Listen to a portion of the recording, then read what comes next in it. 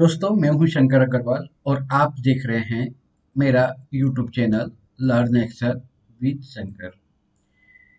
दोस्तों, आज की इस वीडियो में हम एक्सेल का एक जुगाड़ वाला फीचर सीखेंगे।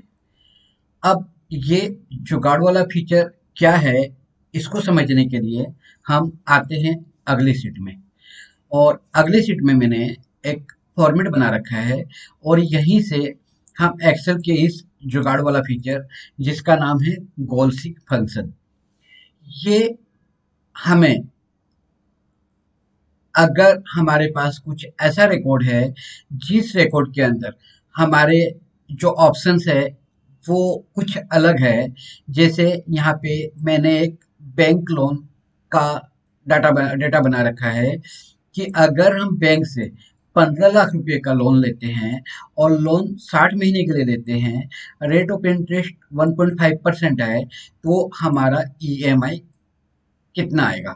तो ईएमआई के लिए यहाँ पे मैंने पीएमटी फॉर्मूला लगाया है और पीएमटी फॉर्मूला को अच्छी तरह से सीखने के लिए आप मेरे चैनल में पीएमटी फॉर्मूला का वीडियो देख सकते हैं, जिसके अंदर बहुत डिटेल में ईएमआई कैसे निकालते हैं वो बताया गया है। दोस्तों, वीडियो में आगे बढ़ने से पहले मैं आप लोगों से रिक्वेस्ट करता हूं कि अगर आप लोगों ने मेरा चैनल पहले से ही सब्सक्राइब कर लिया है तो बहुत अच्छा है और इसके लिए बहुत बहुत धन्यवाद। और अगर आप लोगों ने मेरा चैनल अभी तक सब्सक्राइब नहीं किया है तो प्लीज चैनल को सब्सक्राइब कर लीजिए और वीडियो अगर अच्छे लगते हैं तो वीडियो को लाइक और कमेंट कीजिए। आते हैं हम हमारे ट्यूटोरियल में। आज का ट्यूटोरियल हमारा है जुगाड़ वाला फंक्शन, जो कि गोल सीक फंक्शन के नाम से जाना जाता है। अब ये जो फंक्शन है, ये जो फीचर है, ये हमें कहाँ मिलता है, इसके लिए मैंने यहाँ पे इसके स्टेप लिख रखे हैं।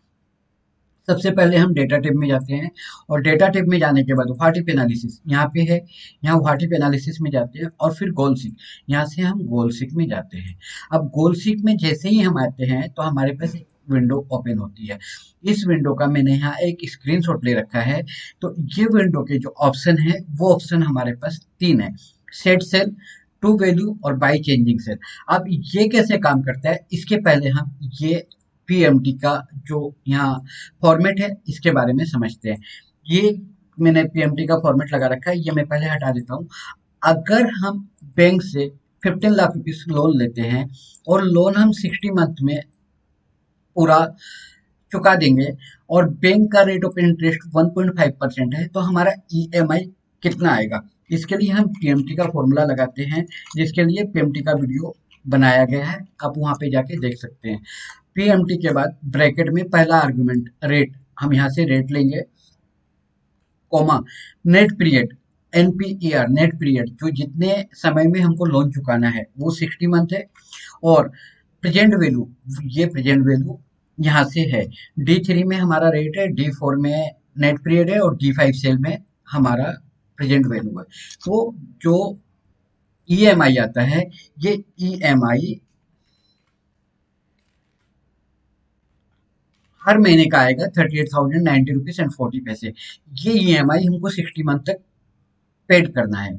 लेकिन अगर हम 38,000 ईएमआई नहीं चुका पाते महीने का, कभी कभी किसी के साथ ये प्रॉब्लम होती है कि उसकी सैलरी इतनी नहीं होती है कि वो इतना ईएमआई चुका पाए, तब वो लोन का जो पीरियड है, नेट पीरियड है, उसको बढ़ाता है और ईएमआई को कम करता है। अब जिसने भी ये लोन लिया, वो मैं हो सकता हूँ या कोई और बंदा हो सकता है, अगर वो ईएमआई 25,000 महीना दे सकता है तो जो ईएमआई की अमाउंट कम हो रही है, इसके लिए फिर पीरियड बढ़ जाएंगे। क्योंकि अगर 38,000 के आसपास हम ईएमआई पर मंथ चुका रहे हैं तो हम 60 मंथ में बैंक को क्लियर कर देंगे। लेकिन अगर 38,000 नहीं चुका पा रहे हैं, 25,000 चुका पा रहे हैं, तो हमारी जो नेट पीरियड है वो बढ़ जाएगी। और इसके लिए ये नेट पीरियड हमारी कितनी ज्यादा जाएगी, ये हमें गोलसिक फंक्शन बताएगा। अब गोलसिक फंक्शन के अंदर जब हम उसकी विंडो को ओपन करेंगे, पहले ये जो डमी विंडो है जो मैंने स्क्रीनशॉट से ली है, पहले यहाँ इस चीज को समझ लेते हैं। इसके लिए हमारे पास तीन ऑप्शन है। सेट सेल, सेट सेल मतलब कौन से सेल की वैल्यू को हम सेट करके कम या ज्यादा करना चाहते हैं। तो सेट सेल हमारी यहाँ पे जहां हमने फॉर्मूला लगाया है और 38,000 का हमारा EMI है 38,000 के करीब का आसपास का, तो वो हमारा यहाँ पे इस सेल को लेंगे, यानी जो सेल है हमारा E3। और टू वैल्यू, इस वैल्यू को सेट करके हम कितना करना चाहते हैं, जो पहले वैल्यू थी वो 38,000 समथिंग थी, ये सेल से हमने ली। अब वैल्यू को हम 25,000 करना चाहते हैं। अब चूंकि गोलसिक में जहां से जो वैल्यू हम सेट करना चाहते हैं, ये अगर माइनस में है तो ये भी माइनस में ही लिखेंगे। अब ये माइनस में इसलिए है कि हम बैंक से अगर लोन लेंगे तो वो पैसा हमें आएगा नहीं, हमें देना है, हमारे पास से जाएगा, इसलिए ये जो वैल्यू है ये माइनस में आती है। यहाँ पे सेट सेल में ये सेल को लेंगे, वैल्यू के अंदर, टू वैल्यू के अंदर जो वैल्यू हमको चेंज करनी है -25,000 लेंगे। और बाई चेंजिंग सेल, ये चेंज हम कौन से सेल में देखना चाहते हैं, हम नेट पीरियड के सेल में देखना चाहते हैं, तो थर्ड आर्गुमेंट हम यहाँ से देंगे। अब ये डमी को मैं साइड करता हूँ और ओरिजिनल जो इसकी विंडो है वो डेटा के अंदर जाके मैं ओपन करता हूँ। अब गोलसिक में हम आए और यहाँ से ये विंडो को, जो सेम यही विंडो है, ये हमारा स्क्रीनशॉट है और ये ओरिजिनल है। यहाँ पे आते हैं, सेट सेल को हम यहाँ से लेंगे और जो वैल्यू है वो -25,000 लिखेंगे। और चेंजिंग सेल, चेंज हम ये सेल में करेंगे। तो अगर हम लोन 25,000 EMI के हिसाब से चुकाना चाहते हैं, पर मंथ 25,000, तो हमको 154 मंथ प्लस कुछ दिन और लगेंगे। मतलब 154 मंथ तो पूरा लगेगा, लेकिन फिर भी हमारा कुछ हिस्सा बच जाएगा। 25,000 में 8,000 10,000 कुछ बच जाएगा। वो या तो हम लास्ट इंस्टॉलमेंट के साथ चुका देंगे, या फिर 155 का जो मेरा इंस्टॉलमेंट आएगा उसमें बाकी की रकम चुका देंगे। तो इस तरह से यहाँ पे हम जुगाड़ लगा करके इसकी वैल्यू को निकाल सकते हैं। अगर हम 25,000 की जगह, अब मैं इसको वापस पुरानी स्थिति में ला देता हूँ, 60 मंथ, तो जो हमारा था वो आ गया। अब अगर हम कैपेबल हैं कि लोन 38,000 से ज़्यादा हम चुका सकते हैं, 45,000, तो अगर हम 45,000 चुकाते हैं तो फिर हमारा जो नेट पीरियड है कितना घट जाएगा। अब अगर हम अमाउंट को बढ़ाते हैं तो ये तो क्लियर है कि हमको समय कम देना पड़ेगा, यानी कम समय के अंदर हम चुका पाएंगे। तो फिर से हम जाते हैं व्हाट इफ एनालिसिस के अंदर, गोलसिक में जाते हैं। गोलसिक की विंडो में जो सेल को सेट करना है वो हमारा यही रहेगा, और इसकी वैल्यू को हम -45,000 करेंगे, क्योंकि इस बार हम 45,000 सेट करना चाहते हैं। और जो चेंजिंग है, चेंजिंग भी हमारा इसी सेल के अंदर रहेगा। तो इस बार हमको 60 मंथ की जगह 46.55 मंथ, यानी 46 मंथ तो पूरा चुकाना है। उसके बाद फिर हमको अगले इंस्टॉलमेंट में 47 से जो इंस्टॉलमेंट आएगा उसके अंदर जो भी रकम बचेगी आधी के आसपास, वो हम चुका देंगे। अब ये फॉर्मूला की सहायता से हम अलग सीट में आते हैं और यहाँ पे हम अलग एग्जाम्पल के तौर पे सीखते हैं। यहाँ हमारे पास एक स्टूडेंट जिसका नाम मनीष है, मनीष का एक डेटा है। मनीष के 5 सब्जेक्ट की एग्जाम है, जिसके अंदर 4 सब्जेक्ट की एग्जाम हो चुकी है और उसमें उसको जो भी नंबर मिले हैं, मार्क्स मिले हैं, वो मार्क्स यहाँ पे शो कर रहे हैं। अब हिंदी में 75, इंग्लिश में 45, मैथ में इतना और इसमें इतना मिला है। तो इसका जो टोटल है, पहले हम ये टोटल के लिए सम का फॉर्मूला लगाते हैं और सम का फॉर्मूला लगा के देखते हैं कि टोटल कितना है। अब मनीष को 275 आया है। मनीष का टारगेट ये है कि मुझे सारे मिला के 350 मार्क्स लाने हैं। तो 275 की वैल्यू को अगर हम 300 सेट करते हैं तो ये सेल में मुझे कितनी वैल्यू लानी पड़ेगी। तो इसके लिए हम फिर से जाएंगे गोलसिक में, डेटा के अंदर व्हाट इफ एनालिसिस में गोलसिक में जाएंगे और गोलसिक के अंदर जो सेल की वैल्यू को सेट करना है वो हमारा सेल ये वाला है, और इसकी वैल्यू को 300 में लेके जाना है। और जो सेल में चेंज चाहिए वो सेल हमारा ये वाला है। तो अगर हम यहाँ पे 25 मार्क्स लाते हैं तो हमारा टारगेट 300 पहुंच जाता है। और अगर ये 350 लाना है, 350 का हमारा टारगेट है, यानी हमारा जुगाड़ 350 तक पहुंचाना है, तो हम वापस से व्हाट इफ एनालिसिस में जाते हैं, गोलसिक में जाते हैं। जो सेल को सेट करना है वो सेल ये है और टारगेट हमारा 350 है, और जो सेट में चेंज चाहिए वो हमारा यहाँ पे है। गोल सीक लगाने के लिए हमारा फॉर्मूला लगाया हुआ होना चाहिए, यहाँ फॉर्मूला से हमारा टोटल आना चाहिए। अब अगर मुझे ये परसेंटेज के हिसाब से निकालना है कि अभी जो हमारा करंट परसेंटेज है वो 275 और हमारे 5 सब्जेक्ट के 500 और इंटू 100, तो ये 55% है। ये परसेंट को अगर मैं 70 तक लेके जाना चाहता हूँ तो 70% नंबर लाने के लिए ये सेल में यानी ड्राइंग में मुझे कितना मार्क्स लाना पड़ेगा। तो अब हम सेल को यहाँ से सेट करेंगे 55 वाले से, और 70 का टारगेट चाहिए। तो हम गोल सीक में जाते हैं।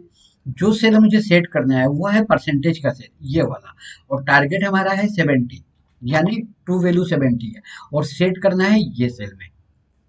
तो अगर हम यहाँ पे 75 लाते हैं तो हम 70% में पहुंच जाएंगे।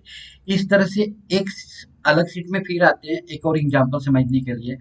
कोई भी बंदा मार्केट गया और वो शायद बिजनेसमैन हो ऐसा हम मान के चलते हैं। तो मार्केट में उसने देखा कि अगर 10 kg शुगर लेते हैं तो 40 रुपीज़ के हिसाब से जो इसकी अमाउंट होती है वो होती है 400। लेकिन वो अपने साथ 6500 रुपीज़ लेके गया। अब वो ये देखना चाहता है कि इतने रुपए में मुझे कितने केजी शुगर आ जाएगी। तो इसके लिए भी हमें जुगाड़ लगाना है, यानी गोल सीक लगाना है। तो वापिस आते हैं हम व्हाट इफ एनालिसिस में, गोल सीक में, और जो सेल को सेट करना है, सेट ये सेल को करना है।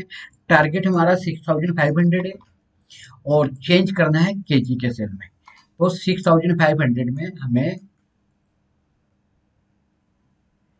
यहाँ कुछ गलती हुई है, मैं चेक कर लेता हूँ क्या गलती हुई है। वापस से हम कंट्रोल जेड करके रिटर्न आते हैं, व्हाट इफ एनालिसिस में जाते हैं, गोल सीक में जाते हैं, और